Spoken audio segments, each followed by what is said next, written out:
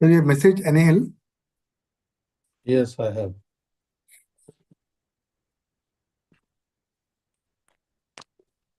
Hello. Two email IDs, I believe.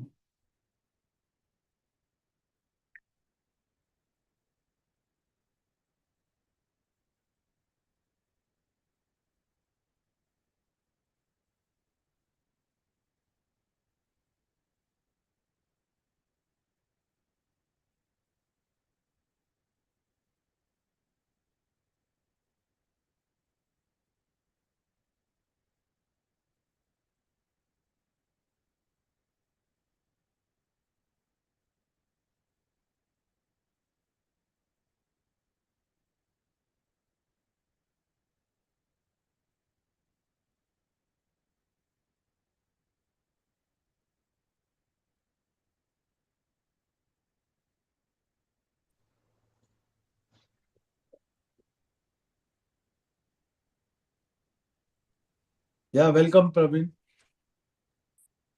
Welcome, Professor. Good to see you. Thank you. Thank you. Welcome to our Asian Oceanian Society. And Annie Hill is joining, so we got 2 more minutes. All right, 1 minute, we'll wait. So, yeah, there she joins. Perfect. Asmita, as soon as YouTube link is ready, kindly. The moment you create live, tell us so that we'll not discuss anything. We'll just, you know.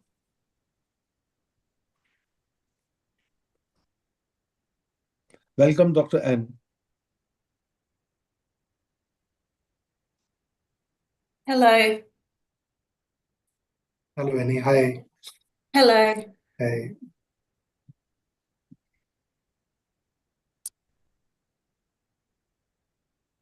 Hello, Dr. Annie Hill. This is Yamini. Yes. Hello. Yes. Hello, sir. Dr. Apurva Purabarani.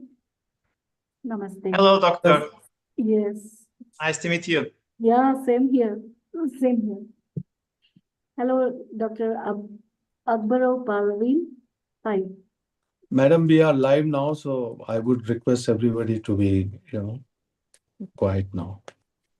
We are live on the tube. I'm going to request to send the link to all of you so that you can share with those who cannot attend live. I'll just wait for 1 more minute before I on the session. We already had about 78 people, so it's fine. We have got. So let me start. Good afternoon, good evening, good morning, wherever you are. I am Dr. Nirmal Surya, the President of Asian Oceanian Society of Neuro Rehab. Welcome you for this series of webinar from Asian Oceanian Society of Neuro Rehab. Today is the 7th of the webinar, and today it is on speech and swallowing session. So we have series of sessions starting from May, and today is the 7th one. And on an average, we have about 200 plus people online for the session from nearly 28 to 32 countries. And on the YouTube, we have another 1,000 people joining the session, which is making it a huge success in this part of the world. I have a pleasure to welcome all the speakers and the chairperson who are from the different countries. We preferably have representation from all part of the Asia, and today the chairperson are Dr. B.K. Yamini from India, and Dr. Yamini is professor, Department of Speech Pathology and Audiology from one of the Institute of India, that is NIMANS. She is PhD, and she has many publications, and she's one of those top level speech and language therapists from country. So I welcome you, Dr. Yamini. The next chairperson is Dr. Parveen Akbarov, who is from Azerbaijan, and he is the head of the Habib. He's head of the Neuro Rehab and advisor to the executive director of Tabib. So Tabib is the institute where he has been very active. He is director of Scientific Research Institute of Medical Rehab. And I had pleasure meeting him a couple of months before in the Azerbaijan while doing a course on neuro rehab. And this is a beautiful country, and has been very actively involved in the rehab to develop the neuro rehab in the Baku. So I welcome you, Dr. Parveen, to our webinar. With that Thank note, you, Professor, I will hand for over to invitation also. I will hand over to the chairperson to take it forward, and I welcome the past president, Dr. Teresita. Not to forget, I will just want to mention that our next series will be in the December, which is on psychological aspect of neuro rehab, first day of the December. So we will again remind you at the end of the session. And with that note, I once again welcome you all, speakers and chairperson, and I hand over the session to the two chair, Dr. Yamini and Dr. Parveen. Over to you, Doctor.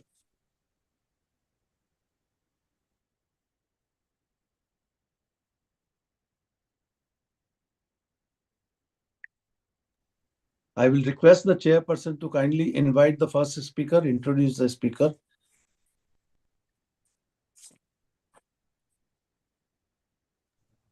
Parveen, you can do that. Hello, everybody. Good day for everybody. Thank you for joining us today for this important session on the importance of the speech and swallow rehabilitation in neurorehabilitation. As a doctor introduced me, I am Dr. Parveen Ekbarov from Azerbaijan, and today I am honored to be your moderator. So first, our presenter, Dr. Nimral from this, Dr. Apurva Purani from the India, speech problems and therapy in the persons with neurological disorders. Please, doctor.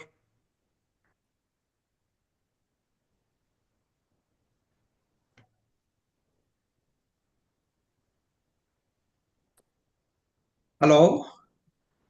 So my thanks to the association, the IFNR and the AOSNR Neuro Rehabilitation, my friend Dr. Nirmal and Dr. Abhishek and the esteemed chairpersons Dr. Yamini and Dr. Parveen.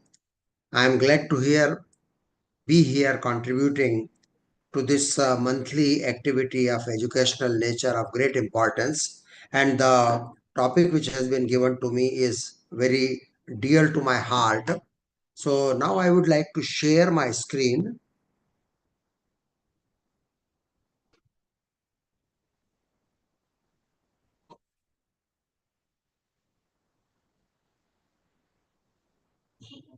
So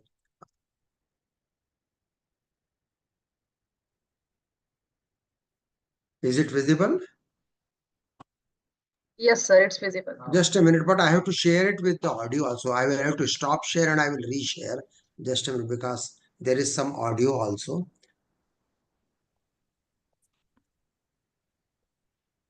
share में कहाँ करना है, कौन सा screen करना है और with audio कहाँ, ये रहा शेयर साउंड भी पीपीटी करना हाँ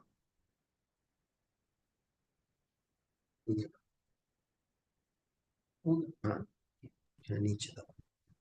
I'll request the audience to kindly put their question to all the speakers in the question answer table. So, speech problems and therapy in persons with neurological disorders. There is a wide spectrum. The slide is not moving. Now it is moving. There is a wide spectrum of disorders of speech and communication. To begin with, there can be disorders of phonation, aphonia and dysphonia, disorders of pure articulation, anarthria and dysarthria, disorders of fluency, more often developmental, stammering, stuttering, cluttering, and finally the disorders of language, aphasia, alexia, dyslexia, agraphia, apraxia. It is this last group in which cortical areas and subcortical connections of the brain are involved. And only in this last group, the cognition may also be affected, but not in the others. So this is the difference between the three groups to begin with. And I will not be dealing much about these first three groups: the disorders of phonition, disorders of articulation, disorders of fluency. They are very important part of neurological disorders, but my focus will be mainly on disorders of language, and that is aphasia. The community burden of disorders of speech and communication is fairly high. If you see stroke, the prevalence may be around 5.5%, and out of those who survive stroke, about 25% would have some degree of speech communication problem. The same percentage would be 5 to 10% in post-traumatic brain injury. Dementia is approximately 10% of the population above the age of 60 years, and in almost all subjects with dementia, there would be a variable in impairment of the language functions. Developmental disorders and learning disabilities, they are also quite common, up to 1 to 5% of the all population, and all of them would have variable degree of involvement of language function. So this is to give a perspective how common, how much is the community burden of disorders of speech and communication because of neurogenic conditions. So when we do the sorry, so when we test a person with speech and communication disorder, and particularly aphasia, the purposes are to diagnose aphasia, to differentiate it from mimics, that is differential diagnosis, to determine the overall severity of aphasia, to make a diagnosis of syndrome, the classical aphasia syndromes, and to get a detailed profile of speech, language, and communication, to get informed about the goals and type of therapy to be provided, follow-up, recovery, treatment, psychosocial issues, cognitive functions, and research purpose. So there are so many purposes of testing for aphasia. These are some of the current popular test batteries. Again, it is not possible and neither desirable in this presentation to go into the details. The clinical bedside examination is often unstructured, variable, and we all do, we the clinicians, particularly the neurologists, if not the speech language pathologist, we often do unstructured and unvalidated assessment of speech, which is not an ideal situation. From SLPs, we expect a more standardized and validated battery. Then there are screening tests like French eye aphasia screening test. There are comprehensive examinations like Boston Diagnostic and Western Aphasia Battery. Then there are tests which are focused to a specific aspect of language function like naming, or syntactic comprehension, or reading and writing. There are tests which are based on cognitive, neuropsychological arrangement of language function in brain, including PALPA. Then there are more functional tools. Instead of going into the nitty-gritty of linguistics and psycholinguistics, there are tools which look at the overall functional capability or communication activities and quality of life. And then there are tests for special populations. So huge plethora or a large buffet spread of testing protocols are available. They are very time consuming and clinicians are very busy. They are advised to carry the cards of pictures and objects and actions. But nowadays, in the era of smartphone, it is advisable to carry all these batteries and picture cards and scoring cards on your laptop or on a smartphone. It is advisable to keep a verbatim record of assessment of aphasia. You can have a audiovisual recording which can be transcribed later on by your assistant. You can train a clinical assistant in the basic assessment and notes writing, and you can train a caregiver of a people with aphasia to help in follow-up assessments. So these are some of the tips for a busy clinician. There are no shortcuts in the assessment of language function. because the headings and subheadings in the clinical examination are quite exhaustive. Again, I will be giving some brief examples of some of them: auditory comprehension, articulation, fluency in verbal expression, repetition, naming, reading, writing. And then discourse analysis. The grammatical analysis of discourse is also a very important part, in which we do a clinical testing and data collection from the audio file. We convert it into an MP3, then we use a PROT software, we transcribe it verbatim, then we do the core extraction and segmentation into utterances and production analysis. We have been associated with this project with the help of Arpita Bose from University of Reading in UK, and we have collected quite a bit of data of discourse analysis on Hindi speaking persons with aphasia. And how do we elicit discourse? By personal narrative, by some procedural task, by some image sequence or story narrative, and we do the extraction, and then we do the further analysis. Here is a small clip about assessment of आप इसका नाम aphasia. बता सकती हो ये क्या है? Bhalla Bhalla I do not know whether अच्छा, the और audio ये would क्या be है? strong enough or not. नहीं आ रहा आपको बोलते? नहीं भल्ला अच्छा, This और ये lady क्या है? is Bhalla having severe There is a perseveration. agrammatic or Same and non-fluent same response is speech coming. with I am continuing with CV the recurring same testing. utterances. अच्छा ये So बताओ only CV recurring utterance she is क्या able है? to speak. मालूम है तुमको? Bhalla, इससे क्या करते bhalla, हैं? bhalla. ये So हाँ, that's a very ये बच्चे severe उड़ाते हैं variety of आकाश a में। non-fluent देखा है तुमने aphasia. उड़ाते हुए? इसको क्या कहते हैं? बोलो प, पा पत, पा तंग। पा So even the phonetic cue she आप is इसका not नाम able बता to take. सकती हो? This was another patient with a opposite end of the spectrum. ऐसा कौन करता है ये काम?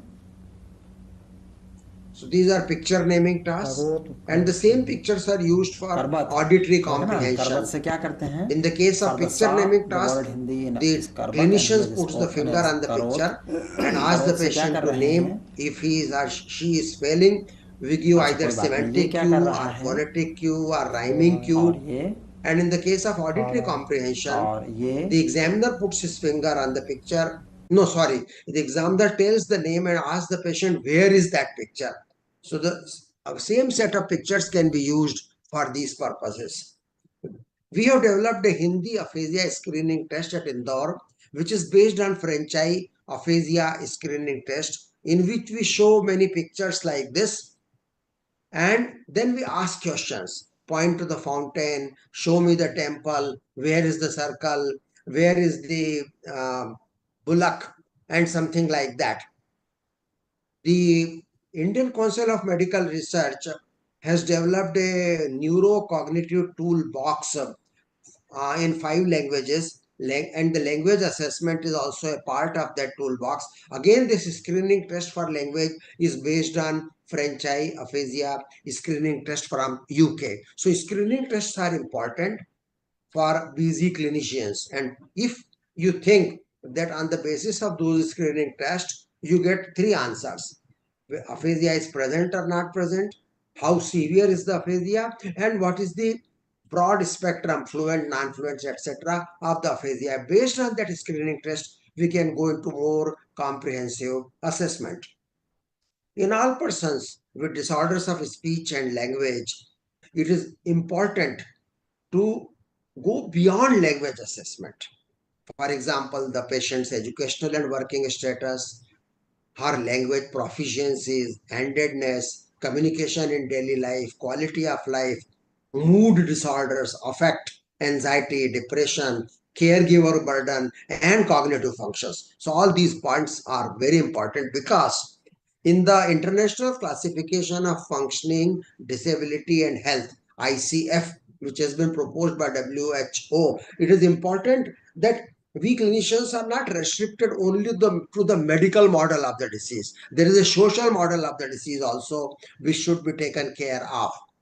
The differential diagnosis of aphasia is important. We should not miss the diagnosis of aphasia when it is present.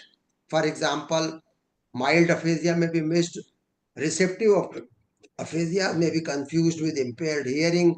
Anemia may be confused with amnesia or memory problem, and alexia may be referred to an ophthalmologist for visual impairment, and patients with jargon aphasia may be falsely labeled as having delirium or psychosis. So these are the differential diagnoses, and it is very important not to miss them.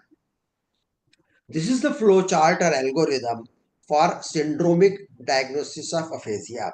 And there are three nodes in this. The first node is how is the speech output, whether it is non-fluent or fluent. And if it is non-fluent or fluent, the second node is how is the repetition. The repetition again can be either poor or good. And the third node is comprehension. How is the comprehension, whether it is poor or good. So with the help of these three nodes, you get 8 type of aphasia syndromes. And those 8 types are at the bottom here. These are the classical aphasia syndrome, and you have to ask only 3 questions. Is the aphasia fluent or non-fluent? And within each category, is the repetition poor or good? And within each category, is the comprehension good or poor? With the help of these 3, you can make a syndromic diagnosis. But the limitations of classical aphasia syndrome have been highlighted in last 2 decades because they are only a labeling. It is a pigeonholing. They don't serve much clinical purpose. They don't inform about the localization, and in any way localization, we are now having very good imaging methods. They don't inform you about the type of therapy, the intervention, the rehabilitation. For that, we need a detailed profiling, which is based on cognitive neuropsychological model and also based on functional communication skills. The cognitive neuropsychological model is too busy a slide and I will not go into the detail, but we pay attention whether the problem is at the level of auditory input or visual input, whether it is at the level of semantic input, whether it is a level of phoneme to grapheme correspondence, and whether it is at the level of output from orthographic or phonological output. So there are many nodes and arrows and box models prepared by which the neurolinguists and psycholinguists try to explain a model of language function, which is called as cognitive neuropsychological model. And the clinician is advised to localize the lesion on this diagram, not on the brain MRI. Of course, brain MRI localization is important, but in a person with a speech and language problem, the clinician should be able to answer, my patient is having problem at this box, he is having problem of this arrow, because this type of localization helps in planning the therapy. There are many approaches to the therapy and rehabilitation. Pragmatic approach, that means the holistic approach or life participation approach, they are somewhat overlapping. Syndromic approach from the classical syndromes. Cognitive neuropsychological approach, just now I mentioned. Social approach or holistic approach, life participation. The principle behind life participation is that you make the patient exposed to the life situations. He should be promoted to participate in various activities of life, and that is known to improve the language function. Intensive language action therapy, I will come in a minute, and the virtual reality and computers, I will come in a minute. Of course, before we start planning for the therapy and rehabilitation, we must set the goals. The goals can be simple and modest. For elderly with many comorbidities, very severely cognitive impaired, global aphasia, our goals would be modest. But our goals can be highly ambitious. If the person is young, actively employed, low stroke score, cognitive status is good. So that's how we define this. Goals which can be either short term, medium term, or long term. They should be set in with the consultation with the family members and the person. So there are so many criteria which determine our goal setting. I was talking about cognitive neuropsychological model, and based on that, the left column shows what is the site of lesion on that schematic diagram. So these are the sites of lesion on that schematic diagram. And these are the type of therapeutic interventions based on that site of lesion, not on neuroimaging, but on that cognitive model. So we can tailor our therapy accordingly. We also give home-based exercises. I have created a big compendium of इसमें home-based ये आदमी क्या exercises कर रहा है? for person. And for example, in this, we are Ha. doing the Oh. naming test, but I will not go into the detail. Asina. हंसना very इसमें And another home-based exercise. So there are about 100 exercises which we have created. And this क्या is है? again a naming test. That was picture description. This is real object naming.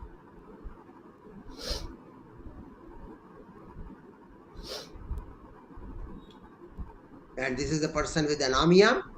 और But repeated exposure lead to improvement. Similarly, we can do the practice. So these are some of the examples of home-based exercises, about 100 which I have created, and it is done in English and Hindi. And when the patient comes to our clinic, our speech language pathologist, after doing a comprehensive examination, prescribes, okay, this is your homework for 1 week, for 2 weeks. These are the exercises I am giving to you and to the caregiver. And the scoring sheet is also given. So auditory comprehension by matching one picture out of 4 sentences. This was auditory comprehension at 1 word level. This is repetition, and this is naming of pictures. So there are about 100 exercises. Sorting of words into semantic categories at the reading level. Then I want to tell about a minute on intensive language action therapy.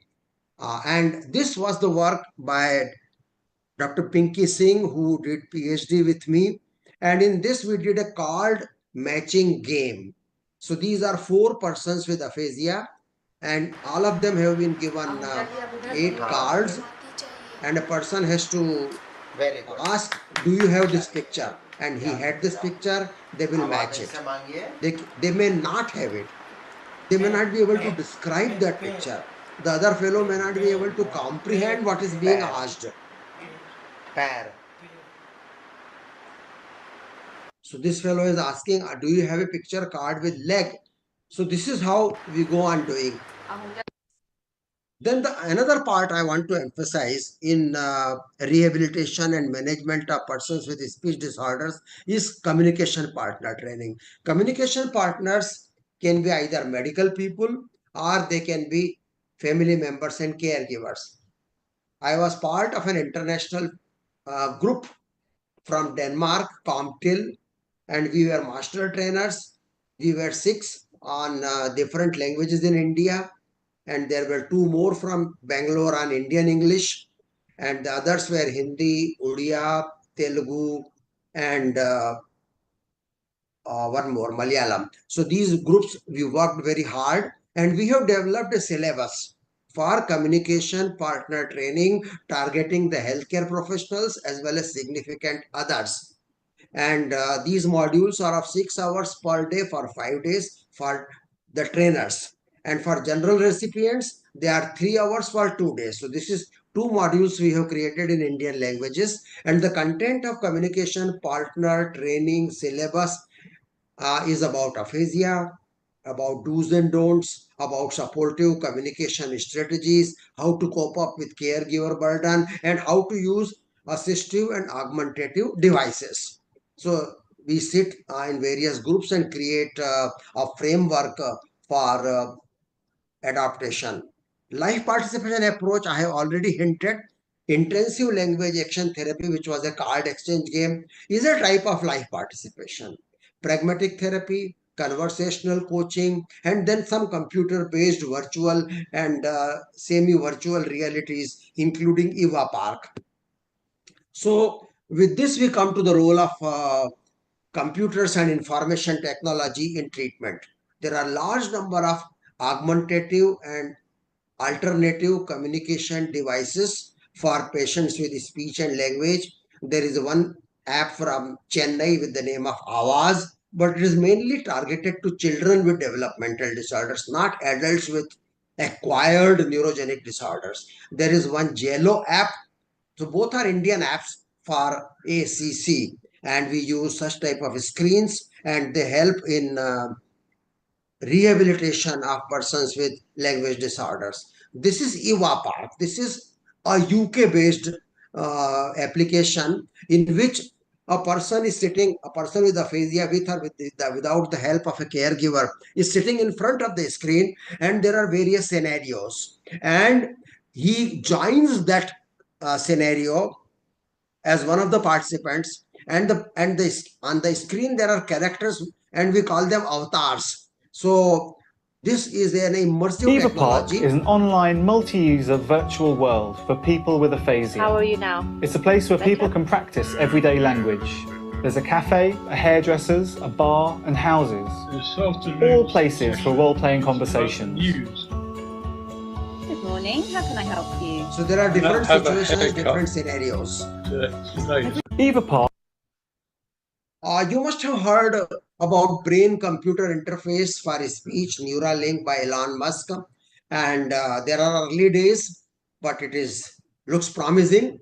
So whatever a person thinks, wants to say, can be transferred to the machine computer, and the machine can generate either the sound or the text. So this would be a great help. But mind you, all these things computer based and AAC, they would be mainly helpful for those disorders of speech and language which I referred to in one of my first slides, the ones in which cognitive function is intact, mainly disorders of phonation, articulation, motor neuron disease, amyotrophic lateral sclerosis, Parkinsonism with severe dysarthria.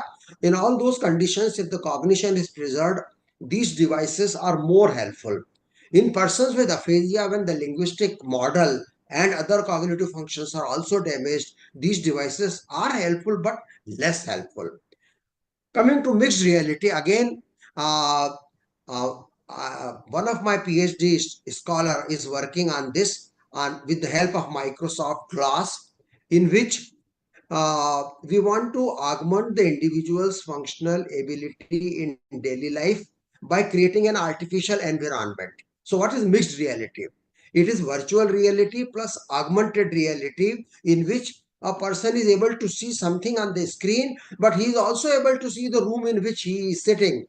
So these are two PhD scholars who have worked under me, and they have developed HoloLens and Microsoft Glass, and they have created many virtual scenarios from the HoloLens, which is displayed on the screen, and the person is talking to the script which is coming from the application. So this is, and we have collected data on about 8 patients, and the results will be analyzed. But our initial impression is that the results are fabulous. They are very good. Then there is another PhD scholar who is working on a smartphone assisted language training SALT, in which instead of having fixed set of training items and being available only in limited languages and with no opportunity of customization in India, with so much problem with our shortage.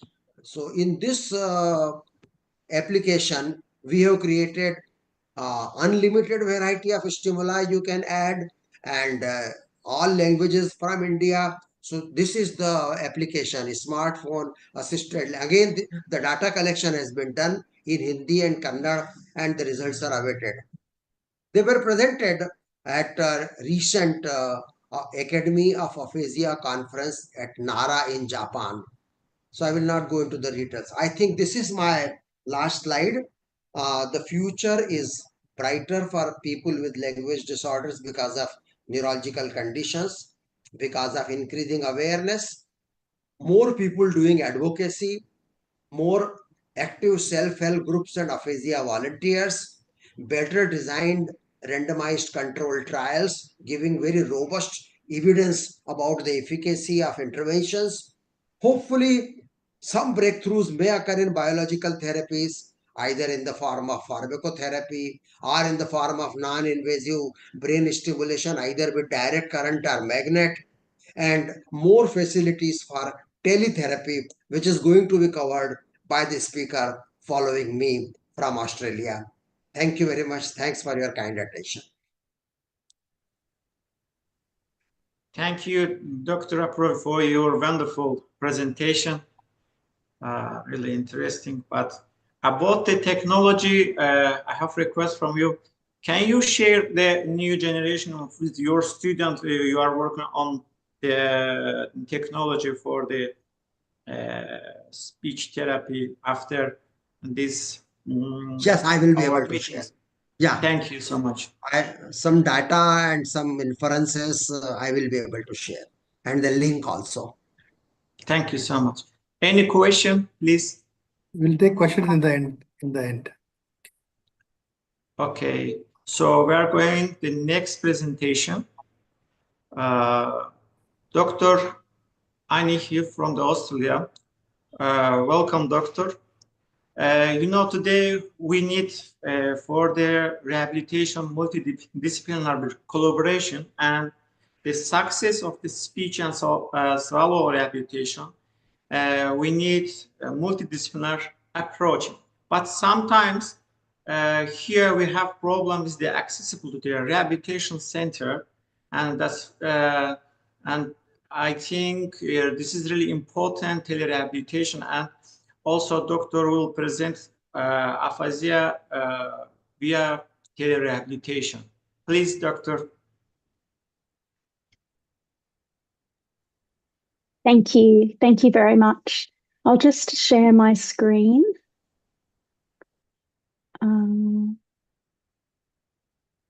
Okay, so I'm hoping that you're all able to see that. Yes. Yes, wonderful. Okay, thank you very much for asking me to talk. So today I'm actually going to be taking you through a study that we've just finished where we were able to provide intensive, comprehensive aphasia therapy completely through telerehabilitation. I've actually moved unis now, so I'm now actually at the Centre of Research Excellence in aphasia recovery at La Trobe in Melbourne. But this work that I'm going to be talking to you about today was actually done up in Brisbane at the Queensland Aphasia Research Centre, and we had a very large team who were able to help with this. So the therapy that we did was based on an in-person form of therapy, which was called CHAT, and that stands for comprehensive high-dose aphasia therapy. And this is goal-centered, evidence-based, tailored to each and every person, and involves family and carers. It totals 50 hours of therapy, and this is delivered across an 8-week period. So why would we want to do this type of therapy via telehealth? Well, we all know that getting access to this types of therapy is very hard. They tend to be centered in major cities, and so it's difficult for people to access them. And if they do, then there's usually travel or costs. Luckily for us, we have reached a point within the aphasia telerehab evidence where we can see that we can provide both one-on-one therapy as well as group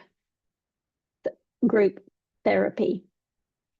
So with this evidence in mind, we decided to set about translating CHAT into tele, and then looking at the feasibility, usability, and acceptability of this. And all of this work was the work of Genevieve Byong, who submitted her thesis on this just last week. We also did a slightly larger pilot, which looked at the feasibility, acceptability, and preliminary efficacy of this therapy. So when it came to taking chat and turning it into being able to be delivered via telehealth, we used the WHO's human-centered design process.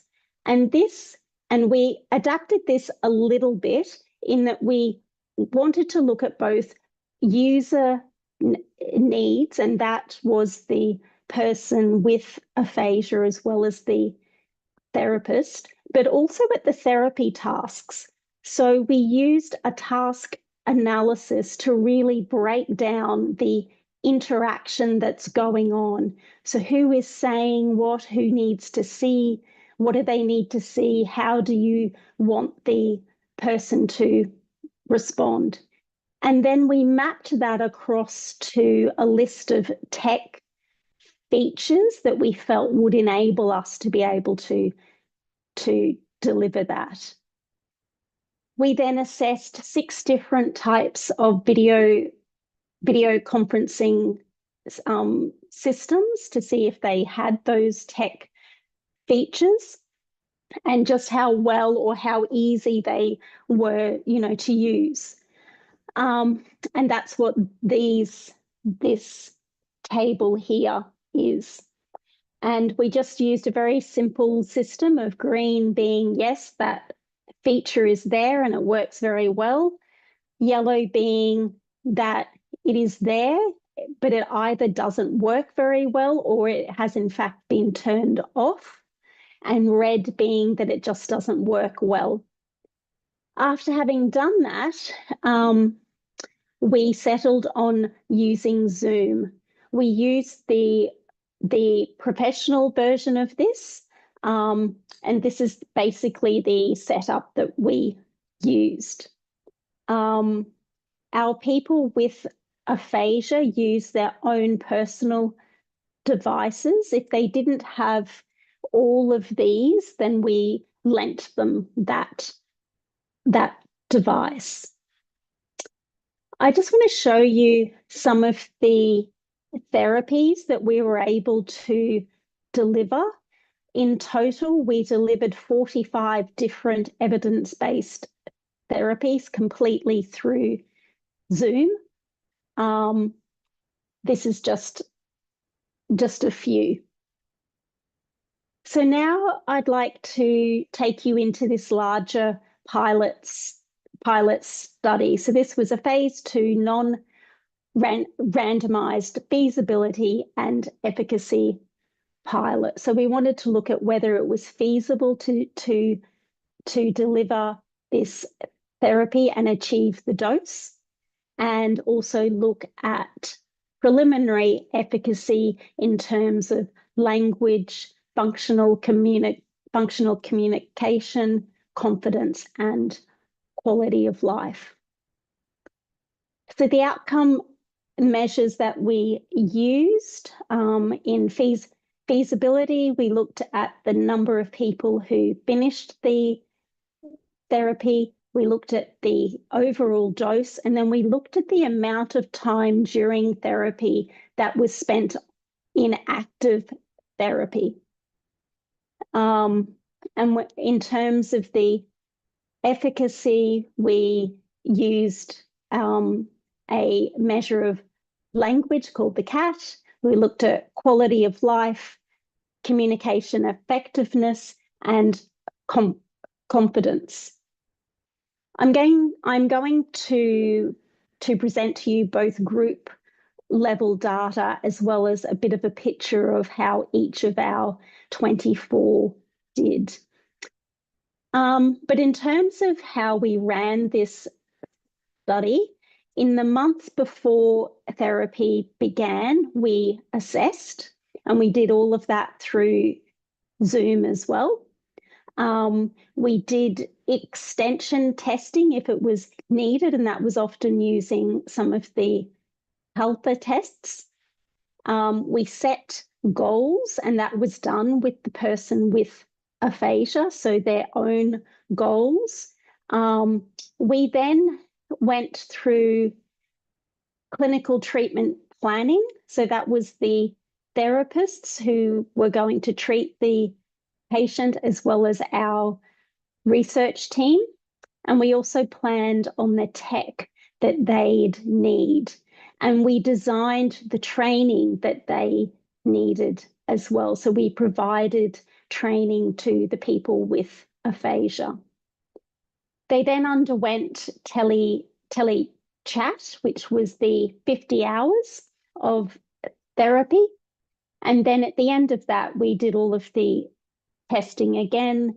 We also did some semi-structured interviews to see what they thought of all of this. And then we followed up after 3 months. So, results. So in terms of the therapists, we actually trained 5 therapists, but we had about 1.6 full-time equivalent that were delivering the therapy. We had 24 people with aphasia and 18 support people, and they tended to be family. And this 24 had the therapy in 7 different groups. So we've just got some of the patient characteristics here. We had a very wide range of ages, a very wide range of time post onset, and a relatively wide range of tech confidence as well. So we asked people on a scale of 1 to 5, with 1 being not at all confident and 5 being totally confident, how confident they were using just general sorts of tech like phones and things like that. So in terms of our feasibility data, I'm happy to say that all 24 finished, and that our therapy dose reached what we were aiming for.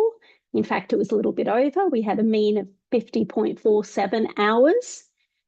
And within that, our active therapy time was also very high, so at 49.23 hours. So I've just got a graph here which breaks that down across the 24. And obviously you can see that most people are hitting that 50-hour mark. There are a few that didn't, and some of the reasons why they didn't were things like we had a major flood, and so one person needed to leave their home, and so they took a week off. So if we look at our clinical efficacy data, this is the group level data.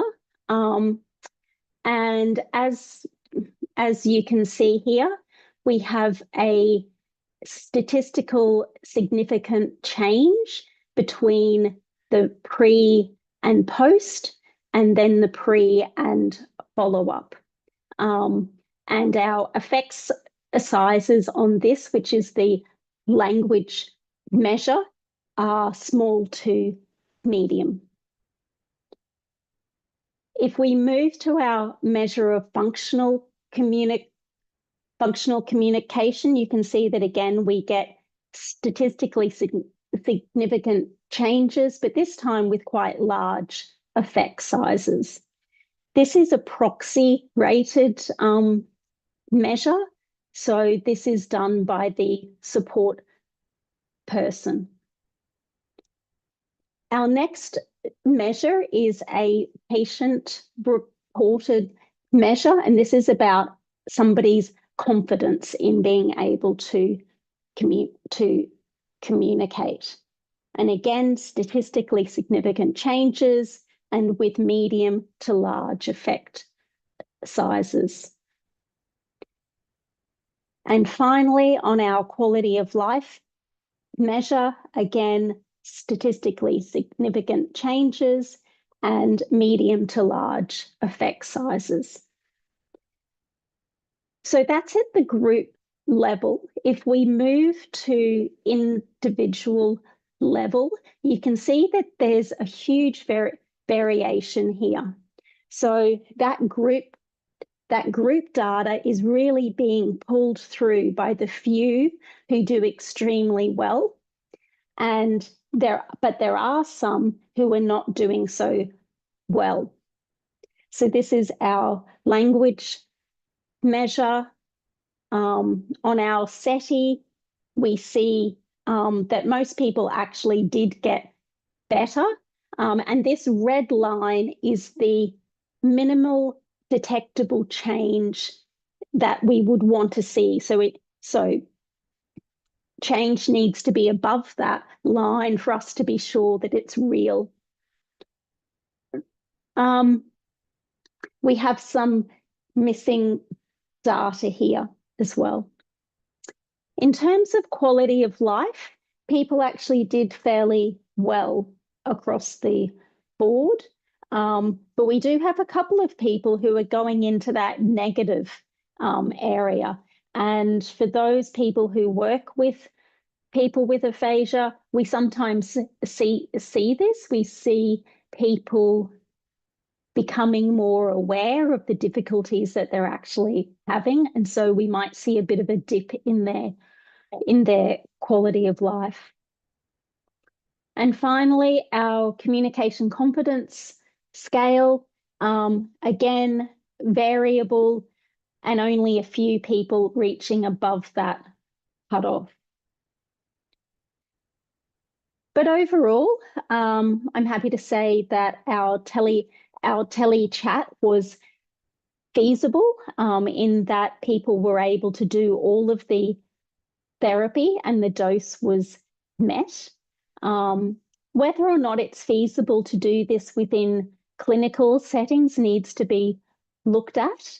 We need to look at service metrics, funding systems, and how we would refer.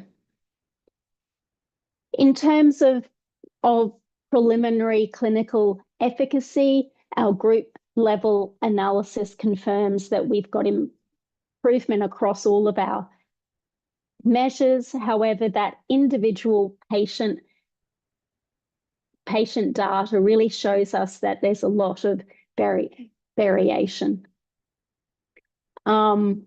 However, there was a pattern of positive change, especially immediately post tele chat. But some people didn't meet that sort of cutoff level. So that tells us maybe that people need some sort of therapy that they continue on with after this. So something that helps them to actually maintain the gain that they have. In terms of what we'd like to do next, we would like to do a non-inferiority analysis between the in-person version of this therapy and the tele version. We need to look at that variation across patients and look for factors that might tell us why somebody responds better than another. And of course, we need to do the large-scale randomized control trials to make sure that we've got the definitive efficacy, and we need to look at the costs around this as well. We'd also be very keen to look at how we can adapt this for people who speak a language other than English. So that's where we'd like to move to. I'm just going to skip through a couple of my slides now and see if I can show you a video. I might have to unshare though, because I'm not sure that I shared the sound. Let me just try that again.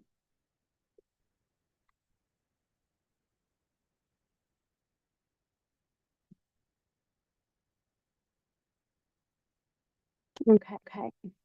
So this is one of our therapies being delivered. So if you can tell me 3 things about it or what it has.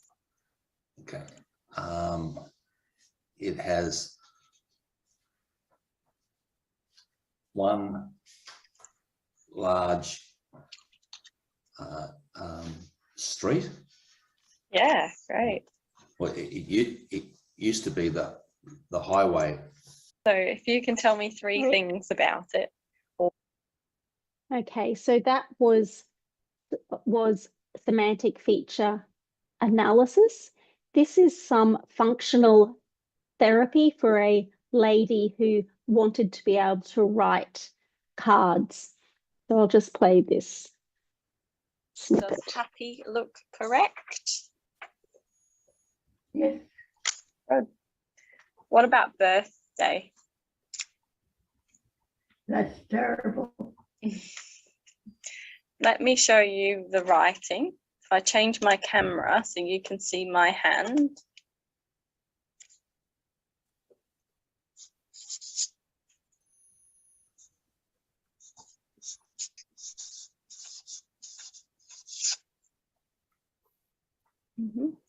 Does happy look correct? And just going on to the last therapy type. On your laptop, I need you to leave computer audio. It's that little arrow next to the microphone. Okay, and then I'll unmute you here. Can you hear me now? Yes. Yep. Yeah. Perfect. Excellent.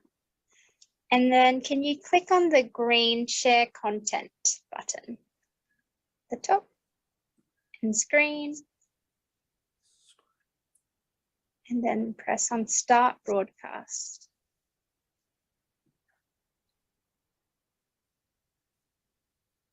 Perfect. Excellent. So that just shows you how we were able to connect in a variety of devices in order to do the different types of therapy. I just want to very quickly do a quick plug for the WFNR SIG in this topic area. We're a group of people who research in telerehabilitation from across 27 countries. We have 4 working groups, and you can see the types of work that we've got underway currently. If you would like to join, please send us a message. The address is there at the bottom, and come and help us. Thank you very much.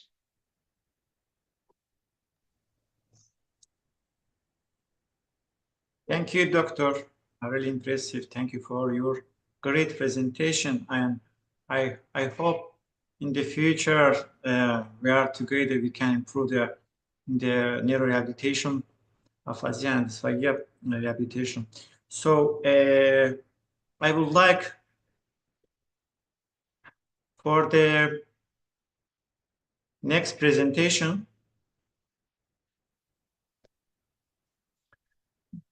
Dr. Irina Bat from Italy. She will present for she is experienced and she is knowledge about the managing of dysphagia in persons with neurological disorders. So I hope Dr. Irina here now.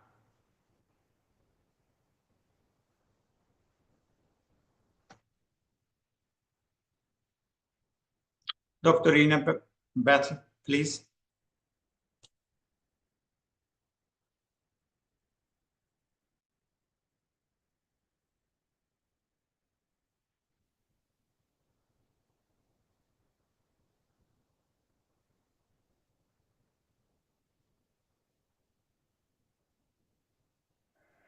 Hello, everybody. I'm Arvin Better. I'm a postdoc fellowship at the University of Milan. I'm working with the Cochrane Rehabilitation Group, and I'm the chair of the Sorry, doctor. Can you increase your for Neurorehabilitation. I would like to thank for the invitation of this. Sir, it's pre-recorded talk.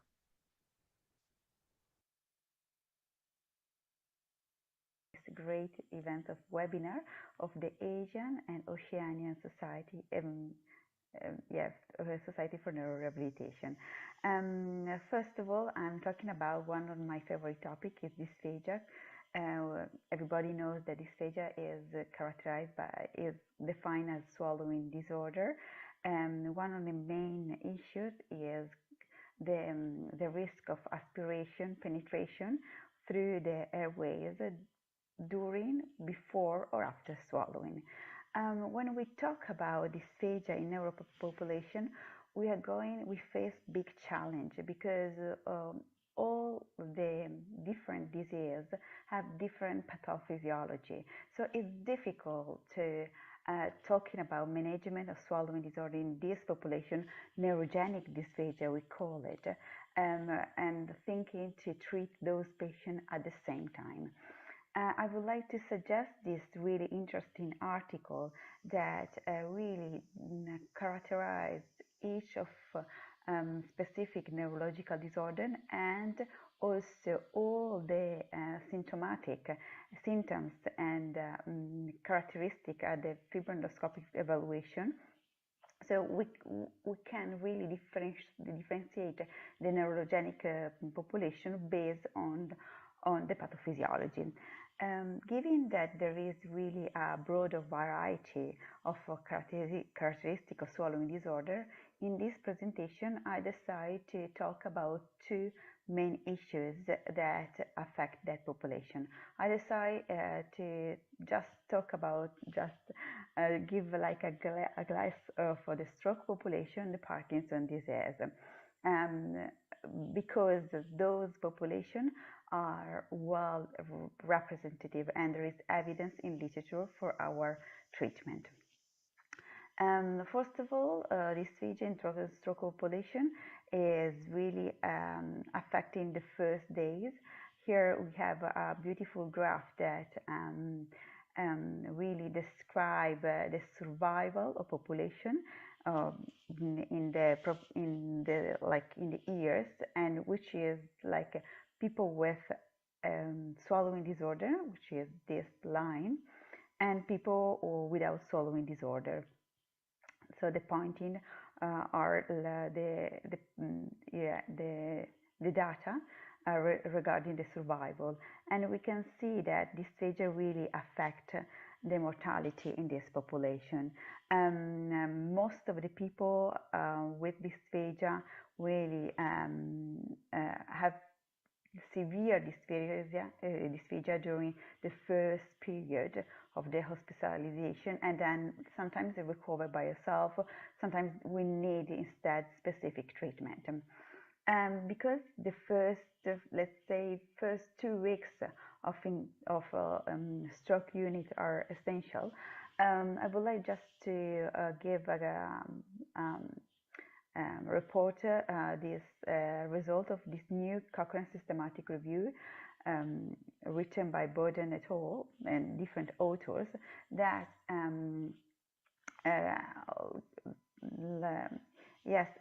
conduct also a beautiful meta-analysis and reported that the TOR-BEST and the GUST, the gagging swallowing screening, are the best screening for this population. There are some differences if we look at outcome measure as aspiration, which is the difficulty, like the risk that the food goes into the airways, and dysphagia instead outcome, which related to also the impact of swallowing disorder in common life, quality of life,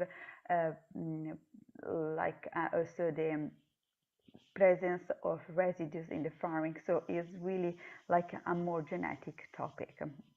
And just to give some references, Torbest was designed by the lab of Rosemary Martivo, and you can to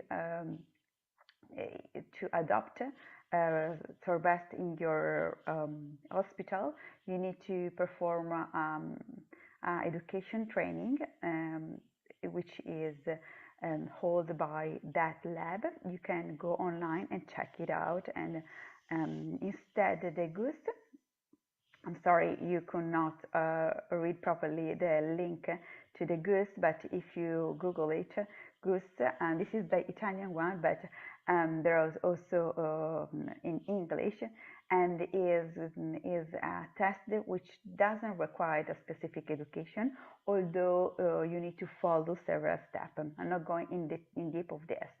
Regarding the assessment, which is the first step of the screening, all the medical health professions could perform screening, which is like kind of like nurses, medical doctor, physiotherapist, occupational therapist, speech language therapist. Instead, the specific assessment should be performed by specific training professionals, and is the following step of the positive people at the screening test. Here another really interesting article regarding the importance of the assessment after stroke, and this article has been published recently in Lancet journal, so it's really interesting, and they're talking about all the measurements at the fibroendoscopy, which is the A, is the endoscopy through the nose, and you can see this imaging, and the image B is the video fluoroscopy, which is a radiologist performance during we ask patients to eat, and we scan them. When we talk about the importance of the assessment in people with dysphagia, it's really important also the clinical swallowing assessment, and mostly it's really important the cranial nerve assessment.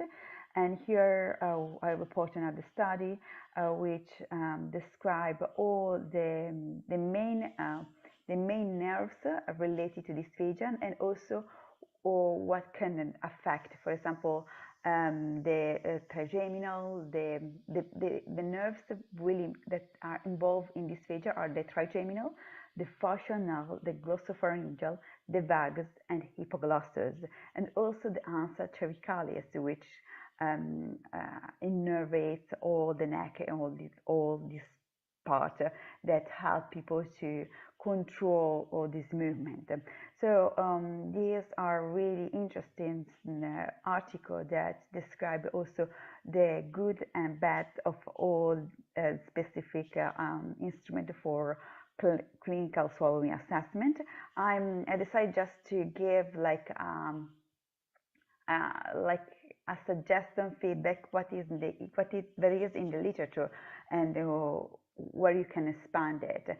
And in the clinical swallowing examination, it's really important to perform like clinical swallowing examination of the nerves integrity, which should be combined with absolutely like an assessment of how the people eat. So a mealtime assessment, if the people could have food, or as well as the assessment of like a sip of water, and how they masticate, and if they can masticate, what the problem they have. And so here you have all the instrument that you can find in literature. Regarding the best part, from my point of view, is the treatment in stroke population. In stroke population, there is evidence. This is another really interesting study published in Lancet recently. And the author, I think, just describe each intervention based on the timing. So in stroke population, like immediate phase, which is like less than 2 hours, it's better to complete just really oral hygiene. So give like it's really important oral hygiene. If we need to working on the acute phase, we need to understand the best way to be fitted. So we need to complete the screening test, and the nurse could complete. If people could not be fed, they are going to enter nutrition, and or if we can adjust the diet to those patients, or maybe just changing some maneuver like chin tuck really help. In the post-acute phase, so let's say from day 1 to 30, what we can do, yes, we can start rehabilitation, and including behavioral exercise, neurostimulation, or pharmacological intervention. I just want to just describe briefly what we intend for behavioral. Behavioral are exercise maneuvers that have a like therapeutic approach. So we try to increase the coordination. We would like to increase the strength to help the muscle to recover, but not only the muscle, also the nervous system to recover after the issue. And some of these exercise are, for example, Shakir maneuver, so Shakir exercise, which meant to open the upper esophageal sphincter. Another important exercise for upper esophageal sphincter is the chin tuck. Instead, EMC, which is a device that we ask the patient to exhale, produce an expiratory strength, expiratory flow. It's called like expiratory muscle strength training.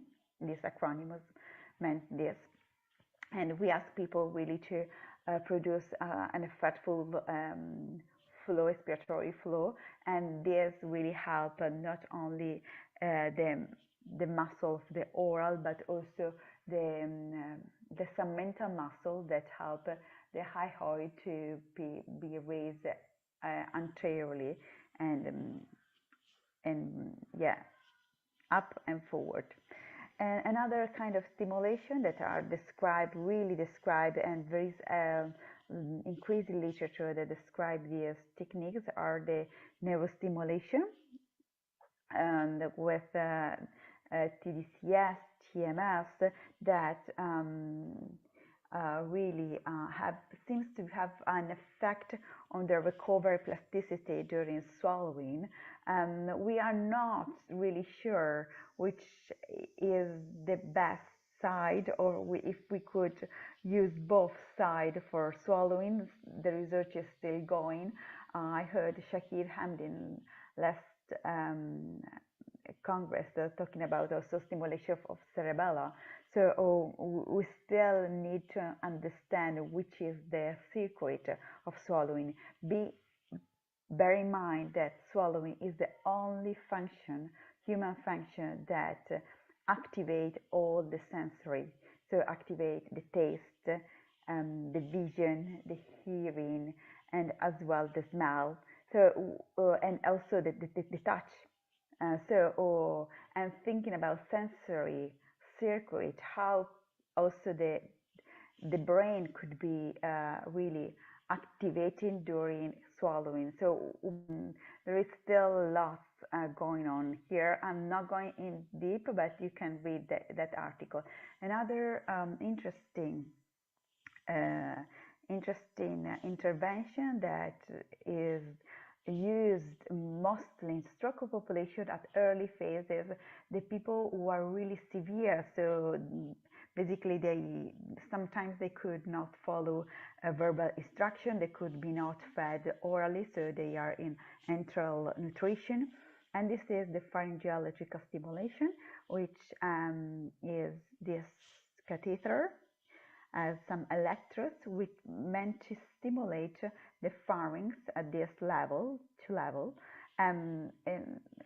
they activate basically the glossopharyngeal and vagal nerves that goes to the brainstem and try to push the recovery and activation. So there are beautiful evidence study results that showing that for people with tracheostomy increase, for example, the ability to manage secretion and have really nice effect. I'm going further talking about Parkinson's disease. And Parkinson's disease are well known as movement disorder, although in the recent year many people understand the values also to the impact, not the value, the impact of swallowing disorder in this population, and the UPDRS, which is the main severity scale for this population. There is a specific part for swallowing disorder, for a questionnaire, although we need to understand that there is like now really big evidence that in this population self-report dysphagia, so questionnaire and all these sort of tools not really detect specifically dysphagia, only 30%. We need to complete instrumental evaluation, specific evaluation for this population. And like in normal practice, always like if you ask people with Parkinson's, do you have problem with swallowing? No, I'm fine. And maybe you can see the wife or the husband like sitting next, say, why you cough all the time while we are having meals? This is really common.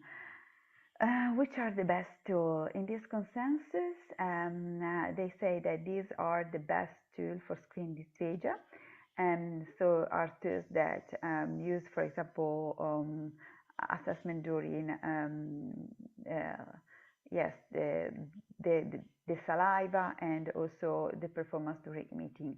Another important thinking in Parkinson's disease is to look at the strength of the tongue. There is evidence that people with Parkinson have an hypotonia tongue, so they don't push hard against the palate through swallowing, so we need to understand also this. I would suggest also that sometimes people with Parkinson is different from stroke. Stroke population start with really severe and then they recover. Instead, Parkinson is a neurodegenerative disease, so they start with subtle deficits, and then those deficits, if they're not treated specifically, they can exacerbate in severe dysphagia. So there is like an emerging interest to start at the early phases. So there is this beautiful test called the Thomas. We ask people to eat a piece of cracker. There is data, normative data. You need to follow this article, and if you need more information, more than pleased to give you. And we count the number of swallowing, the duration.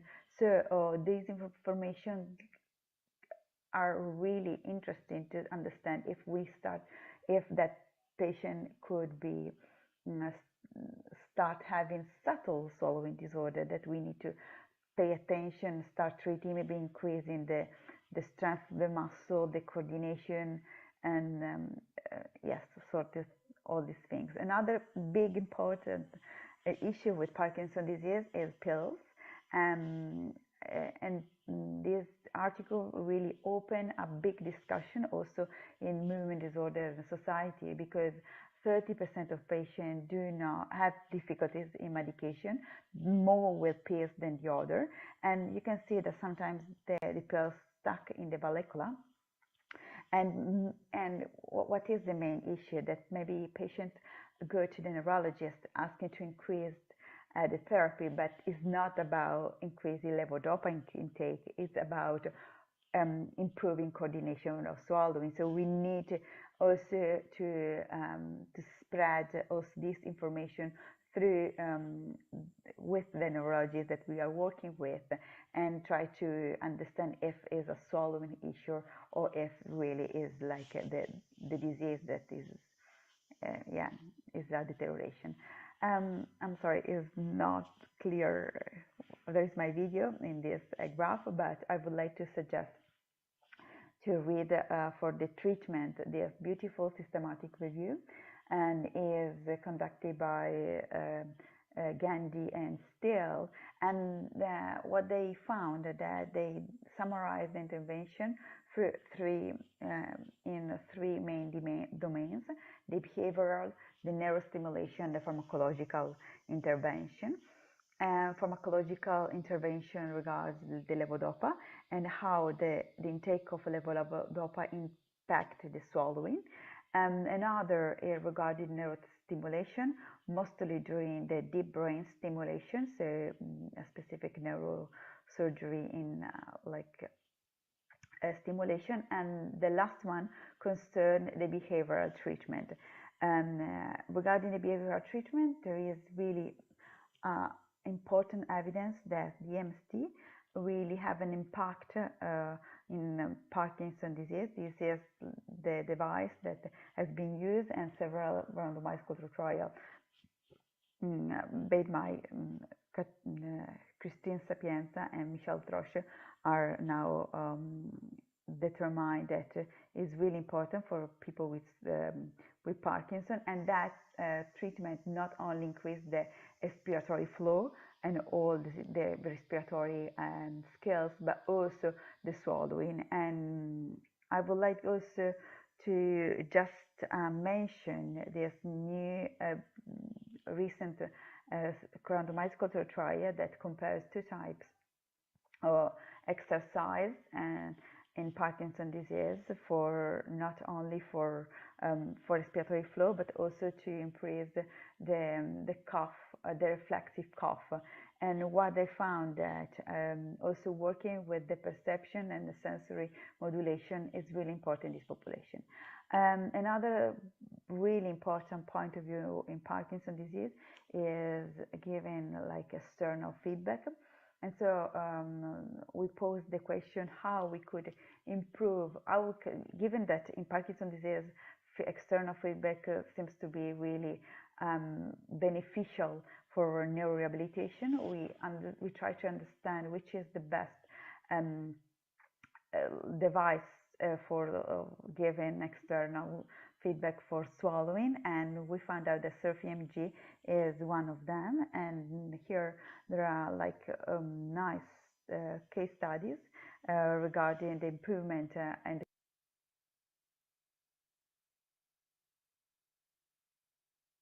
point of view in Parkinson's disease is giving like external feedback. And so we posed the question how we could improve, given that in Parkinson's disease, external feedback seems to be really beneficial for neurorehabilitation. We try to understand which is the best device for giving external feedback for swallowing, and we found out that SurfEMG is one of them. And here there are like nice case studies regarding the improvement and the coordination of using SurfEMG, a specific tool which is called Biscuit, using SurfEMG biofeedback for recovery of swallowing. And this is our I perform also a feasibility study to investigate this, and we have really nice result on the residual, on decreasing the residual of food and also increase the intake of medication. I'm sorry, I felt that I was running, but there are lots of things to do, and my point of view is I hope that at least you receive the message that we need to be specific for people with a neurological problem and swallowing. We could not the same treatment, imagine manage these people at the same way. I'm sorry that I could not attend this discussion, but if you have any question, please email me. I'm more than pleased to answer you. And thank you so much. Thank you, Dr. Ina, for your great and informative presentation. So we keep all questions end of the session. Now is the discussion panel. And Dr. Yamini, please, if you possible. Yeah. Good afternoon, good evening, everyone. So, if are there any questions? Apurva, you had two questions. Would you like to elaborate them? Yes. Sir, please.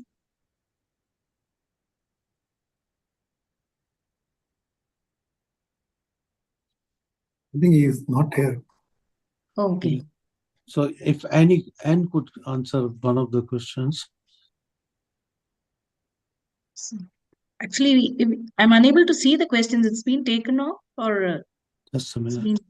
Yeah. So is there any economical or free software for aphasia rehabilitation available?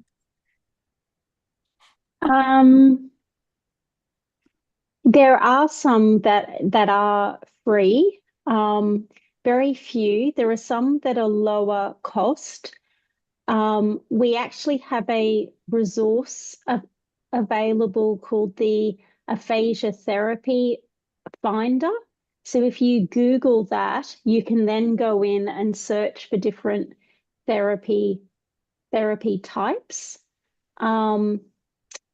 Also, there's a map that shows where all of the work that's being done in terms of technology in aphasia is being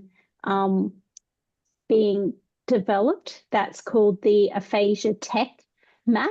So again, if you Google that, you should find that.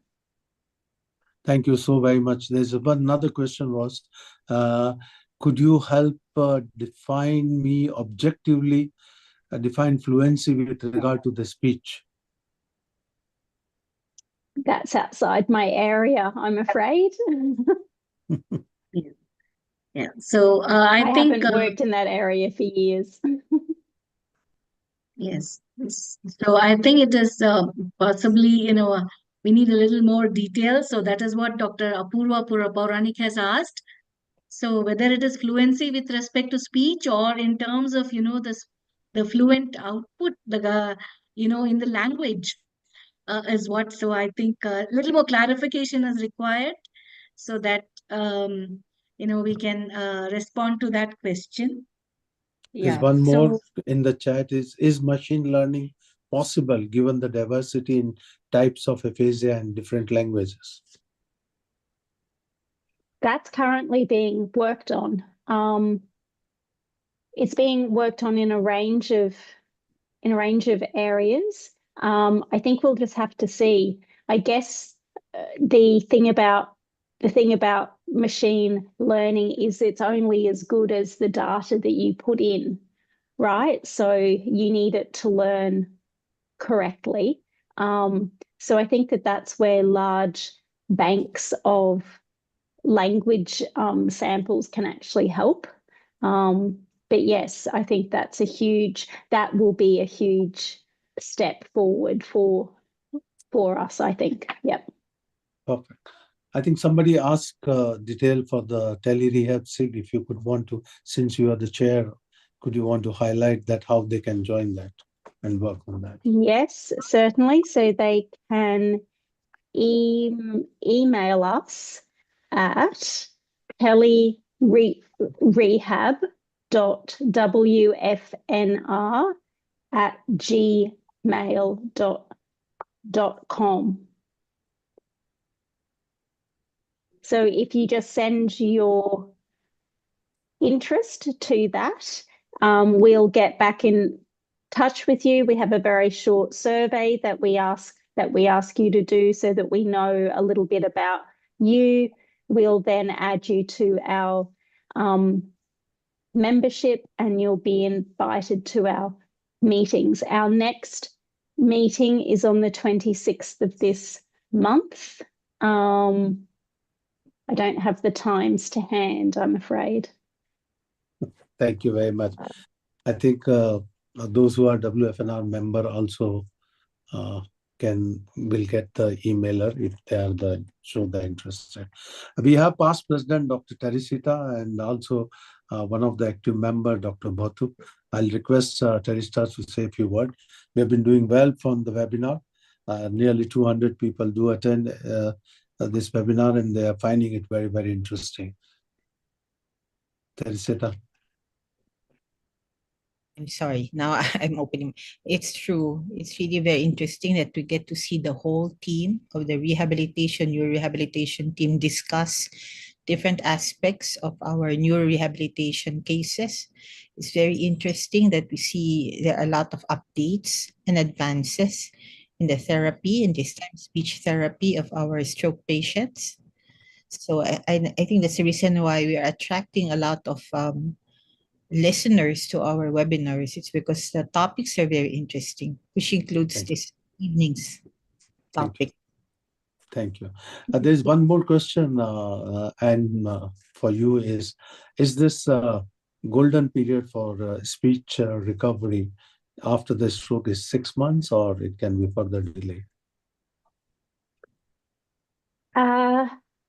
So it has been thought for a very long time that the first 3 to 6 months is the period in which we see the most change.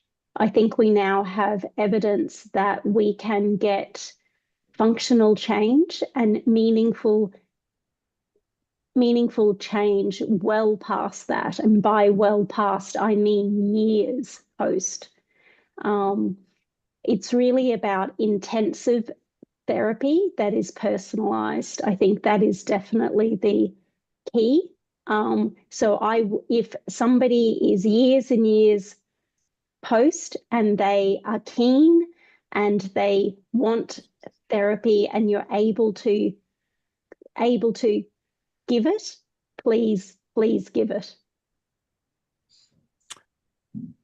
So very true. It's very important that it's not just, stop at, just look at the recovery period immediate, but it must go past because we're looking ultimately at quality of life of the individual.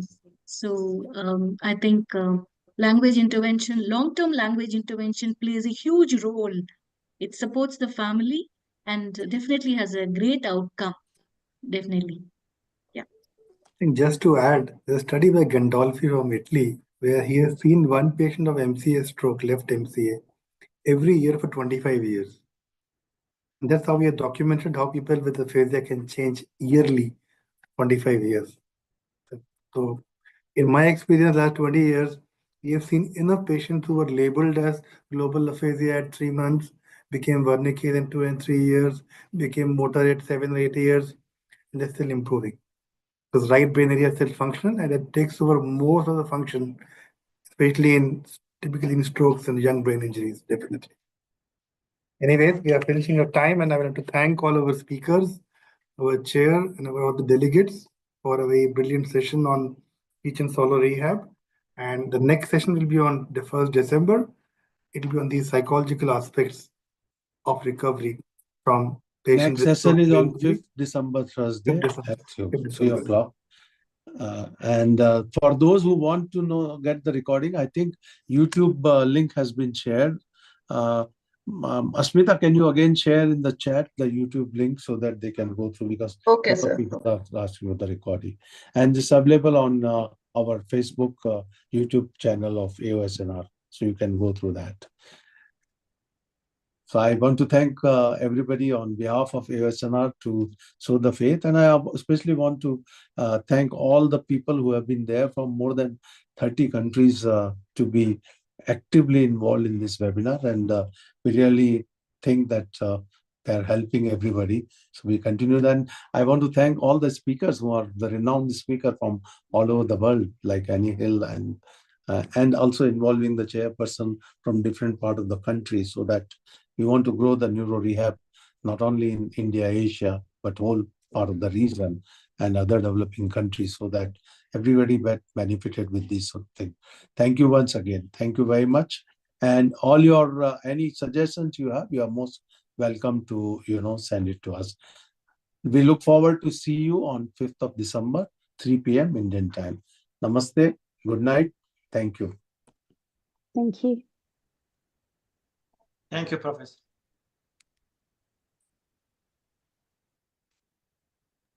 Thank you, sir.